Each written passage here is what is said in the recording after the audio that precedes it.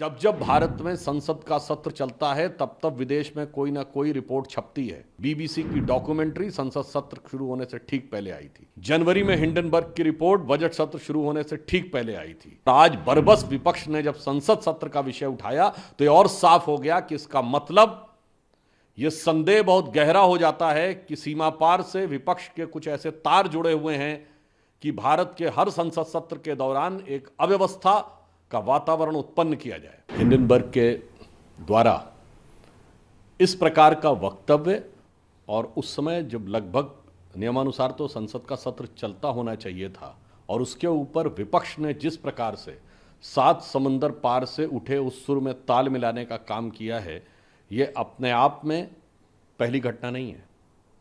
विगत कई वर्षों से आपने देखा जब जब भारत का संसद का सत्र शुरू होता है, एक मिनट इसको वो कर दीजिए, भारत की जांच एजेंसियों में से जांच का सामना कर रही एक कंपनी हिंडनबर्ग के द्वारा सात समुंदर पार से एक सुर उठाया जाता है और सारा विपक्ष उसमें ताल मिलाने लगता है।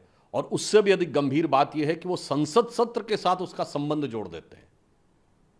मैं पूछना चाहता हूं विपक्ष से कि इसका अर्थ यह हुआ कि को ये पता था कि संसद सत्र के दौरान ही वो रिपोर्ट आनी थी। और ये मैं इसलिए देश के प्रबुद्ध लोगों से कहना चाहता हूं, विगत कई वर्षों से जब जब भारत में संसद का सत्र चलता है तब तब विदेश में कोई ना कोई रिपोर्ट छपती है। याद करिए, बीबीसी की डॉक्यूमेंट्री संसद सत्र शुरू होने से ठीक पहले आई थी। जनवरी में हिंडनबर्ग की रिपोर्ट बजट सत्र शुरू होने से ठीक पहले आई थी। कभी रिलीजियस फ्रीडम की रिपोर्ट आती है, कभी किसानों को लेकर कमेंट आता है विदेश से, तो कभी ग्रेटा थनबर्ग का स्टेटमेंट। ये सारे सीक्वेंस जाके देख लीजिएगा, संसद सत्र के दौरान ही आते हैं। और आज बरबस विपक्ष ने जब संसद सत्र का विषय उठाया तो ये और साफ हो गया कि इसका मतलब यह संदेह बहुत गहरा हो जाता है कि सीमा पार से विपक्ष के कुछ ऐसे तार जुड़े हुए हैं कि भारत के हर संसद सत्र के दौरान एक अव्यवस्था का वातावरण उत्पन्न किया जाए। और यह बात हम गंभीरता से कह रहे हैं कि विपक्षी दल भारत में अस्थिरता और अराजकता उत्पन्न करना चाहते हैं। क्योंकि अभी हाल ही में संपन्न चुनाव भारत के इतिहास के इकलौते चुनाव थे जब सात समंदर पार से बैठे हुए किसी धन कुबेर ने कहा, जॉर्ज सोरोस ने, कि मैंने $1 बिलियन रखे हुए हैं भारत में मोदी जी की सरकार को हटाने के लिए। कोई एक घटना होती तो किसी देश का बयान आ जाता है, तो कभी कोई रिपोर्ट आ जाती है। तो हमारी समझ में ये नहीं आता है कि ये सारी बातें, और फिर वो विदेश में जाकर ही राहुल गांधी जी अनेक प्रकार की चीजों की अपेक्षा करते हैं। कांग्रेस और विपक्ष के नेता जाके विपक्ष से अपेक्षा करते हैं कि भारत में हस्तक्षेप किया जाए। और मैं पुनः गंभीरता के साथ कहना चाहता हूं कि भारत के अंदर ये आर्थिक अराजकता उत्पन्न करना चाहते हैं भ्रम के द्वारा। चाहे विषय भारत सरकार की कंपनी का हो या कोई निजी कंपनी का हो। ये वही लोग हैं जिन्होंने 1 साल पहले कहा था LIC डूब गया, इन्होंने कहा था SBI डूब गया, इन्होंने कहा था HAL हिंदुस्तान एरोनॉटिक्स डूब गया। फैक्ट ये है कि LIC ने पिछले तिमाही में 17,000 करोड़ का प्रॉफिट दर्ज किया है, जो ऑल टाइम हाई है। स्टेट बैंक ऑफ इंडिया ने पिछले तिमाही में 21,000 करोड़ का प्रॉफिट दर्ज किया है, जो प्राइवेट और गवर्नमेंट दोनों की कंपनीज में मिला के ऑल टाइम हाई है। HAL ने 29,000 करोड़ का रेवेन्यू 2023-24 में आया। अब सेबी के ऊपर अटैक है। मैं पूछना चाहता हूं कि आप ये कर क्या काम करना चाहते हैं?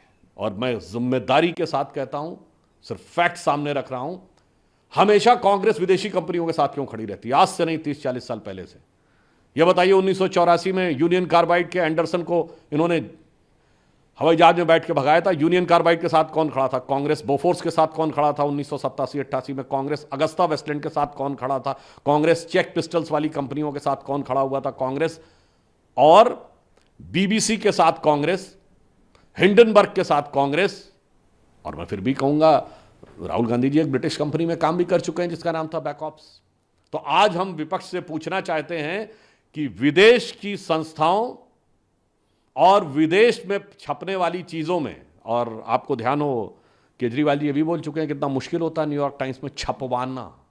ये वर्ड है उनका ऑन रिकॉर्ड। तो मैं पूछना चाहता हूं एक लाइन में कि ये विदेश के संस्थानों से ये कौन सा याराना है कि भारत के आर्थिक संस्थान के हर विषय के ऊपर आपका निशाना है। सर, ऑपोजिशन जेपीसी है इस मुद्दे पे, क्या कहेंगे? देखिए, अपोजिशन पहले भी इस विषय पे बात करती रही। जेपीसी का अधिकार, जब एक बिंदु मैं और भी कहना चाहूँगा, जो संसद सत्र के दौरान की उन्होंने बात कही, तो बिजनेस एडवाइजरी कमेटी में तय हुआ कि संसद सत्र का सत्रावसान होगा। मैं स्वयं भी बिजनेस एडवाइजरी कमेटी का मेंबर हूं। तो बताइए, कांग्रेस के लोग तो उसमें थे। तो अब सत्र का अवसान सबसे विचार करके हुआ, उसके बाद इससे कनेक्शन, एक बात बहुत साफ हो जाती है कि उनको इस बात की तैयारी थी या आशा थी कि सत्र के दौरान यह रिपोर्ट आनी चाहिए। शायद वो लोग किसी कारणवश चूक गए होंगे। एक आखिरी सवाल सर, ऑपोजिशन कि सेंटर को पता था ये रिपोर्ट आने वाली है, इसीलिए सत्र जल्दी खत्म कर दिया गया? नहीं, मैंने तो आपको बता दिया, ये आज नहीं, पिछले 4-5 सालों में बीबीसी की डॉक्यूमेंट्री, 2023 में हिंडनबर्ग की रिपोर्ट, चाहे रिलीजियस फ्रीडम की रिपोर्ट हो, ग्रेटा थनबर्ग का बयान हो, किसानों के ऊपर बयान हो, ये सब के सब संसद सत्र के दौरान आए। तो मैं पुनः कहना चाहता हूं कि विदेशी कंपनियों से कांग्रेस का रिश्ता पुराना है, इसलिए भारत के हर आर्थिक संस्थान पर लगाना निशाना है और इसके द्वारा किसको फायदा पहुंचाना है, यह भारत की प्रबुद्ध जनता को निश्चित रूप से समझ में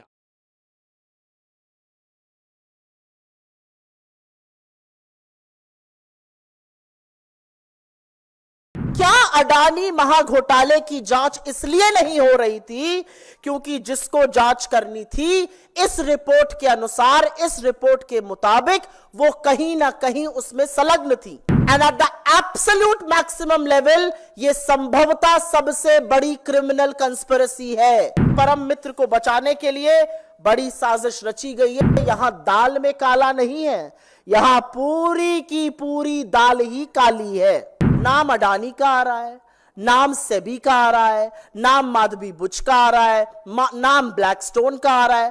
बीजेपी को क्या तकलीफ है? वो काहे दंगल में, अखाड़े में उतरकर बचाव पे आ गए? क्या इतने गंभीर आरोपों से घिरे रहने के बाद आप सेबी के पद पर, सेबी के सर्वोच्च पद पर, इस देश की शेयर मार्केट की रेगुलेटर बनी रह सकती हैं या आपको तत्काल प्रभाव से बर्खास्त कर देना चाहिए? तो अब एक स्वतः सवाल उठता है कि क्या अडानी महाघोटाले की जांच इसलिए नहीं हो रही थी क्योंकि जिसको जांच करनी थी, इस रिपोर्ट के अनुसार, इस रिपोर्ट के मुताबिक वो कहीं ना कहीं उसमें संलग्न थी। उच्चतम न्यायालय बार बार निवेश की जानकारी मांगता था, सेबी बार बार इधर उधर बगले झांकता था। सेबी ने तो यह तक कह दिया था, we have drawn a blank, हमें कुछ मिल ही नहीं रहा है। ये मिनिमम लेवल पर, at the absolute minimum level, ये पारदर्शिता के तार तार करता है। And at the absolute maximum level ये संभवतः सबसे बड़ी क्रिमिनल कंस्पिरेसी है। एक महाघोटाले की जांच करने वाले संलग्न, और खैर उनकी नियुक्ति करने वालों की अभी हम बात करते हैं। एक बात और साफ है कि इस पूरे खुलासे ने सेबी चीफ, इस देश की सरकार और इस देश के प्रधानमंत्री नरेंद्र मोदी की इंटेग्रिटी को तार तार करके रख दिया है। उनकी कोई इंटेग्रिटी नहीं बची है। उनकी साख, उनकी प्रतिष्ठा, उनकी कर्तव्यनिष्ठा पर जबरदस्त सवाल है। वो कटघरे के घेरे में आज खड़े हुए हैं और यह पूरा समझ में आता है कि परम मित्र को बचाने के लिए बड़ी साजिश रची गई है। यहां दाल में काला नहीं है, यहां पूरी की पूरी दाल ही काली है। और इससे पहले कि बीजेपी, और वो कर रही है, नाम अडानी का आ रहा है, नाम सेबी का आ रहा है, नाम माधवी बुच का आ रहा है, नाम ब्लैकस्टोन का आ रहा है। बीजेपी को क्या तकलीफ है? वो काहे दंगल में, अखाड़े में उतरकर बचाव पे आ गए? ये कौन सा तिनका है? क्योंकि दाढ़ी में तिनका तो है और उसका खुलासा भी हम करेंगे। तो इससे पहले कि बीजेपी कहे कि हिंडनबर्ग रिसर्च जो है वो देश विरोधी है, वो अंतरराष्ट्रीय साजिश रच रही है देश के खिलाफ, यहां पर बताना जरूरी है कि लोकतंत्र में सरकार को जवाबदेह बनाने के लिए, ईमानदार बनाने के लिए और सुनिश्चित करने के लिए कि देश के कानून का पालन हो, इसके लिए विपक्ष प्रतिबद्ध है। पिछले 10 सालों में इस देश के कानून अप्रत्याशित तरीके से देश के दलितों पर, आदिवासियों पर, पिछड़ों पर, माइनॉरिटीज पर, ऑपोजिशन पर लगे हैं, लेकिन धन्ना सेठों पर, रसूख वाले लोगों पर, सत्ताधीशों पर इन कानून का कोई इंपैक्ट नहीं है, कोई इफेक्ट नहीं है। और इसलिए कुछ बहुत जरूरी सवाल है। सवाल सबसे पहले सेबी चीफ माधवी बुच जी से है। पहला सवाल यह है कि क्या आपने 2015 में ग्लोबल डेवलपमेंट अपॉर्चुनिटी फंड का हिस्सा बनकर IPE प्लस फंड 1 में निवेश किया था, जो गौतम अडानी के भाई विनोद अडानी से भी संबंधित है? दूसरा सवाल, जब आप सेबी की पूर्णकालिक सदस्य थी तो क्या आपने IPE प्लस में अपने निवेश को, अपनी शेयर होल्डिंग को सेबी के सामने उसका खुलासा किया था, उसका डिस्क्लोजर किया था या नहीं किया था? क्या आप यह बता पाएंगी कि अडानी एंटरप्राइजेज और उनके पूर्व निर्देशक Anil Ahuja IPE plus fund से किस तरह से संबंधित थे? उन्होंने IIFL के साथ इस फंड की स्थापना कैसे की थी? क्या आप यह बता पाएंगी कि जब आप सेबी की पूर्णकालिक निदेशक थी तो क्या आपने सिंगापुर में एगोरा पार्टनर्स या भारत में एगोरा पार्टनर्स में हिस्सेदारी, शेयर आपके थे या नहीं थे? क्या आपने इसका डिस्क्लोजर सेबी को किया था? क्या आपने इस शेयर होल्डिंग के माध्यम से पैसा कमाया है? क्या आपकी रेवेन्यू स्ट्रीम आई है? किन संस्थाओं ने इस कंसल्टिंग फर्म एगोरा को बिजनेस दिया? क्या आप ये बता सकती हैं? क्योंकि एक वक्त में आपके पास पूरा इसका स्वामित्व था रिपोर्ट के अनुसार। क्या आपने 2022 में एगोरा में अपना स्वामित्व, अपनी शेयर होल्डिंग अपने पति को ट्रांसफर की थी, जैसा कि यह रिपोर्ट कह रही है?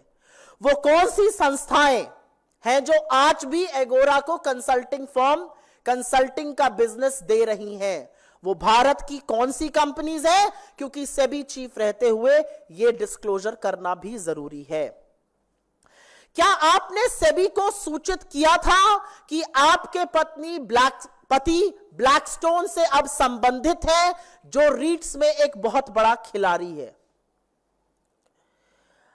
आपने या सेबी के किसी समूह ने या सेबी की किसी मीटिंग ने ब्लैकस्टोन से अकेले, अडानी ग्रुप से अकेले या किसी ऐसी कंपनीज के साथ मीटिंग की है जिनका ब्लैकस्टोन और अडानी से लेना देना है? सुप्रीम कोर्ट को सेबी ने कहा हमारे हाथ कुछ नहीं लगा, वी ड्रू अ ब्लैंक।